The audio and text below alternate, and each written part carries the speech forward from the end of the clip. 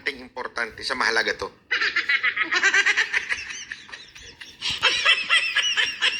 Diba nakikita ako dito? Diba? Talagang Alam mo, ito Duterte ang nakikita mga ko. Alam mo naman target meron tayong ng third mga eye. animal na Pero hindi sa multo. Sa mga investigasyon bagay-bagay sa na yan. multo. Sa politika. Alam mo, nakikita ko dito, igagaya to kay Tebes. Correct. Ako, sinabi ko na sa inyo. Ganon ang gagawin Ganito rin nila. ang ginawa kay Tebes noon, kung maalala nyo. Mm. Ayan, accusation, ganyan-ganito. Sa totoo lang, delicates dito si Kibuloy, ha? Bakit ipinasok yung barel? Eto. Masok na sa Pulis, issue ang yan baril. ang pinakamadali para maaresto ang tao at tumagal sa kulungan at hindi makapagpiyansa. Barel. O kaya, droga.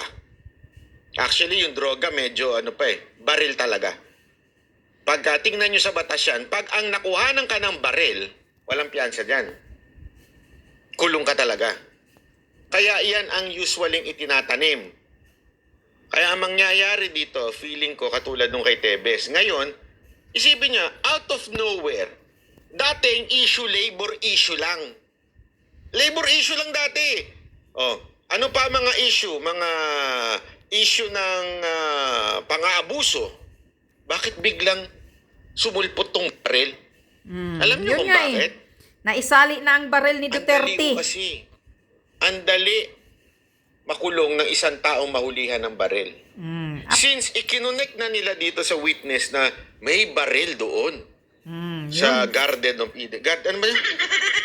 Kingdom of whatever. Kung ano man yung tawag nila doon sa lugar na May yun. baril daw doon sa kay Kibuloy, simbahan. Isipin nyo, magbato lang ng granada dyan sa loob. As in magbato, hindi pasabugin ha, magbato lang. Kasi ang laki niyan eh.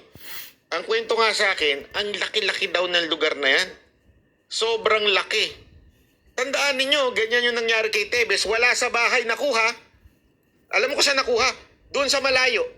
Doon sa hindi na pinupuntahan. Doon itinanim yung baril. Tapos sinacharge na kay Tebes. Itinanim yung baril. Tapos pinalabas na itinago doon yung baril. Yan nga, ganyan kadumi. Since it's still the property Pilipinas. of Tebes, yun ang inakusa.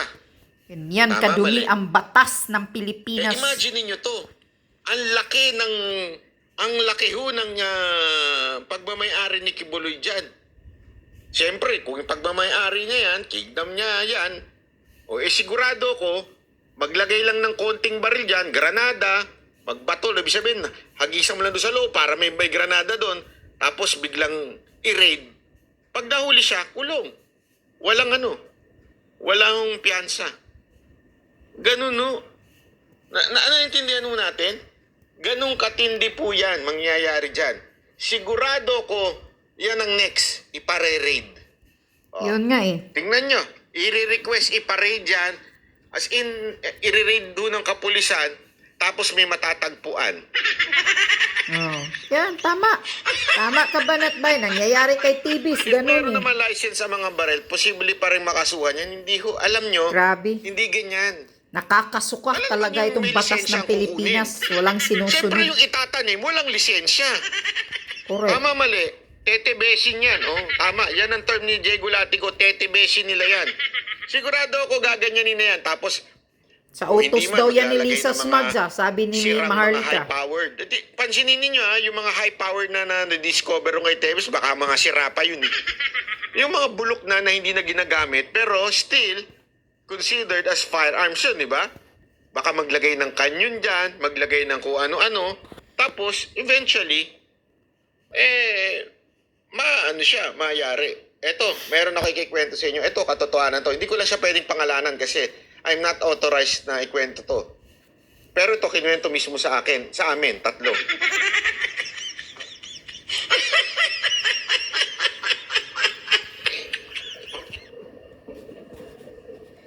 Dali, iniisip ko kung paano ko ikikwento. Baka mamaya madali na naman tayo sabihin, chismoso mo talaga banat.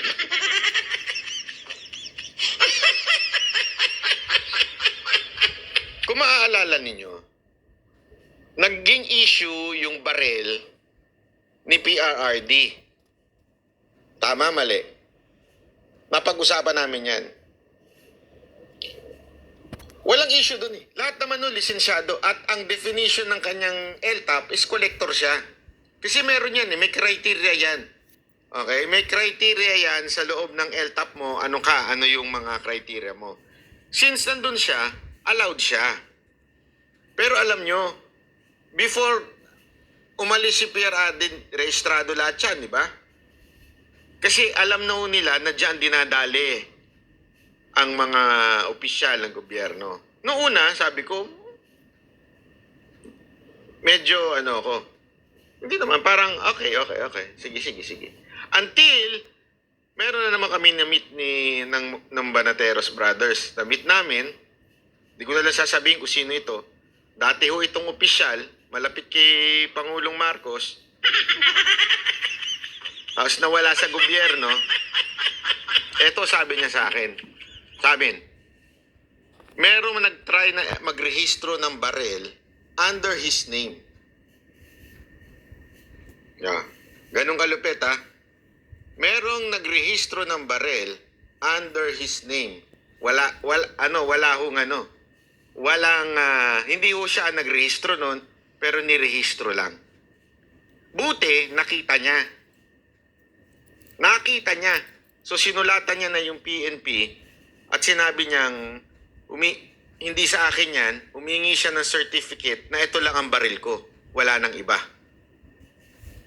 Kasi nga, bakit ganun?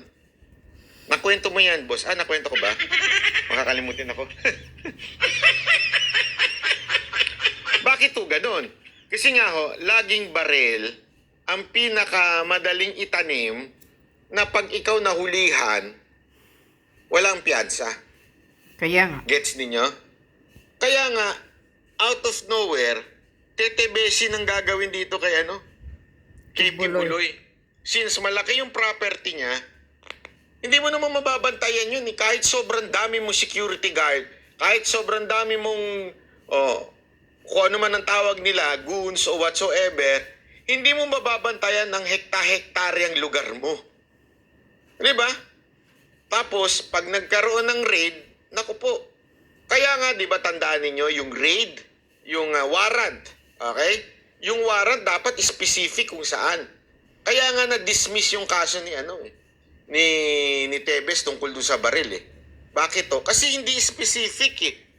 Ibig sabihin, doon daw sa warrant, kailangan nakasulat doon saan. Ano yung hinahanap nyo? Anong partikular na hinahanap nyo? Hindi pwedeng invento lang. Sa buong hektarya ng lugar niya, ganyan. Hindi pwede. Okay? Bakit? Kasi nga talagang ginagawa yan yung pagtatanim ng baril. Ginagawa ng mga maruruming pulis. Siya. Mga bayarang pulis akala din. Ba, hindi naman pala pwede. Oo nga. Walang mga Optics nga lang. prinsipyo. Yun ay para lang po makulayan na itong tao na ito, goons to, may baril to. Kasi yung mga tao, yung mga nanonood, hindi naman sila nagfa-follow ng news eh.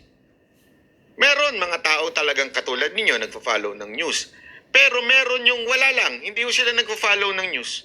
Yung pag napanood nila, marami nakuha ang baril kay Tebes o ganun. Hindi nga nila alam na na-dismiss na yung case. Bakit to? Wala eh. Illegal yung pagka Yun nga, kasi tanim nga lang eh. Tanim baril nga lang eh. Gaganunin din to Ganyan din ang gagawin kay Kibuloy. Taniman yan. Magpapa-search warrant, hingi ng search warrant, tapos i-rate. Yun. Tandaan natin yung ninyo. sinasabi mo, kasunod? Banatbay. Sumpina. So pagkakasunod ng sumpina, ihahain, tapos pag nagtago pa, hihingi ng search warrant, parehong-pareho ng ginawa kay Tebes eh. Tandaan ninyo, gano'n na gano'n ang ginawa, format. Sino target?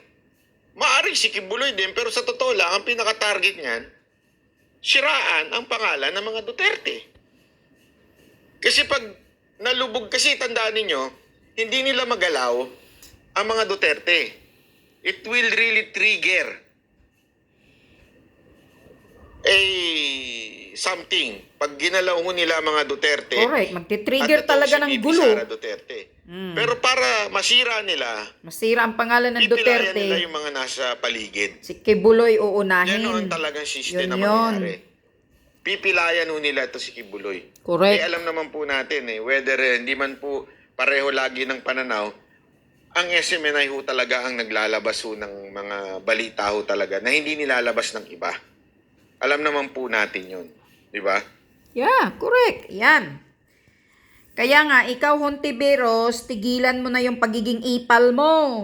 Kung talagang mayroong inaabuso si Kibuloy, mayroong nire-rape o ng mga kabataan o anuman yung mga issue mo dyan sa investigasyon mo, magsampa na kayo ng kaso. Yung pang mga witnesses mo, mga resource person mo, puro nakatakip ang mukha. Bakit hindi mo ipapakita yung mga mukha nila, Hontiveros? Sobrang ipal ka. Sabi pa ni Maharlika sa vlog niya, magkanong binayad sa iyo ni Lisa Smugs? Kasi ang may utos niyan, si Lisa Aranita Marcos daw. Di umano, yun ang sabi ni Maharlika. Magkanong binayad sa iyo, Hontiveros? Para kunyari ididiin si Kibuloy, tapos ikukunik sa mga Duterte para talaga mapipilayan ang mga Duterte. Walang hiya kayo Dati pasigaw-sigaw ka pa na Marcos ganito, ganyan. Ngayon, ano? Bayaran ka na ba? Sabi ni Maharlika yan.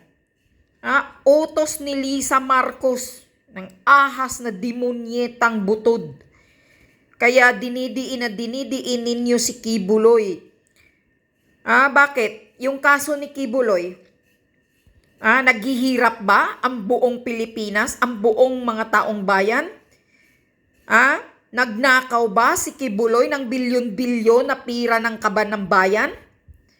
Ang hindi kayo nagpukos na investigasyon, yung ginagawa ni Romaldis, ni Tambaloslos na mga bilyon-bilyon na ini-insert, na lumabas sa akap-akap, sa DSWD kuno, yun ang hindi ninyo pinupukos ng investigasyon. Na yan ang ugat ng kahirapan. Pinipilayan nyo ng pamumuhay ang mga taong bayan sa mga korupsyon na nangyayari. Pinagtiyatigaan ninyo si Kibuloy na hindi naman si Kibuloy nagbibigay ng kahirapan ng taong bayan sa bansa. Yung kaso ni Kibuloy, Korte, Supreme Court, ang bahala dyan, Hontiveros, hindi ikaw, walang hiya ka. Kaya tanong sa ni Maharlika kung magkanong binayad sa iyo ni Lisa Smugs para itong kaso ni Kibuloy naikunik sa mga Duterte. Gusto nilang pilayan si Kibuloy para talaga masira ang Duterte dahil nga si PRRD dikit kay Kibuloy. Yan. Ganito kadumi ang batas ng Pilipinas. Batas na hindi sinusunod. Nakapanggigil. Talagang sarap na talagang hihilain nyo na yung kuting na yan. Inutil talaga itong Pilipinas pag magpapatuloy yung Marcos na yan dahil sa kagagawa ni Lisa at ni Tambaloslos. Mga walang hiya. Grabe ang hirap ng mga taong bayan ngayon. Basic needs nila. Gumagapang na sila sa hirap na hindi na nila kayang halos hindi na makakain. Pero ang mga congressman ang inaatupag yung pang-insertion ng pira sa kaban ng bayan, bilyon-bilyon, yung jutang inang PI, napalitan ang konstitusyon, yun ang iniisip. Ang hindi nila inuuna, yung mga nangyayaring nakawan ng bagahe sa airport, yung nangyayaring mga issue sa mga bilihin na mga matataas, hindi nila nagawa yan. Yung Department of Agriculture na tulungan yung mga farmers natin para na maging magmura ang mga bilihin, wala. Wala silang ginagawa. Yung mga taong gusto nilang pahihirapan para gagamitin nila sa mga pangbababoy nila sa gusto nilang gagawin sa Pilipinas. Yan ang gusto ng mga politiko ngayon. Puwera gabang Pilipinas, sinusumpa kayo, tang ina ninyo.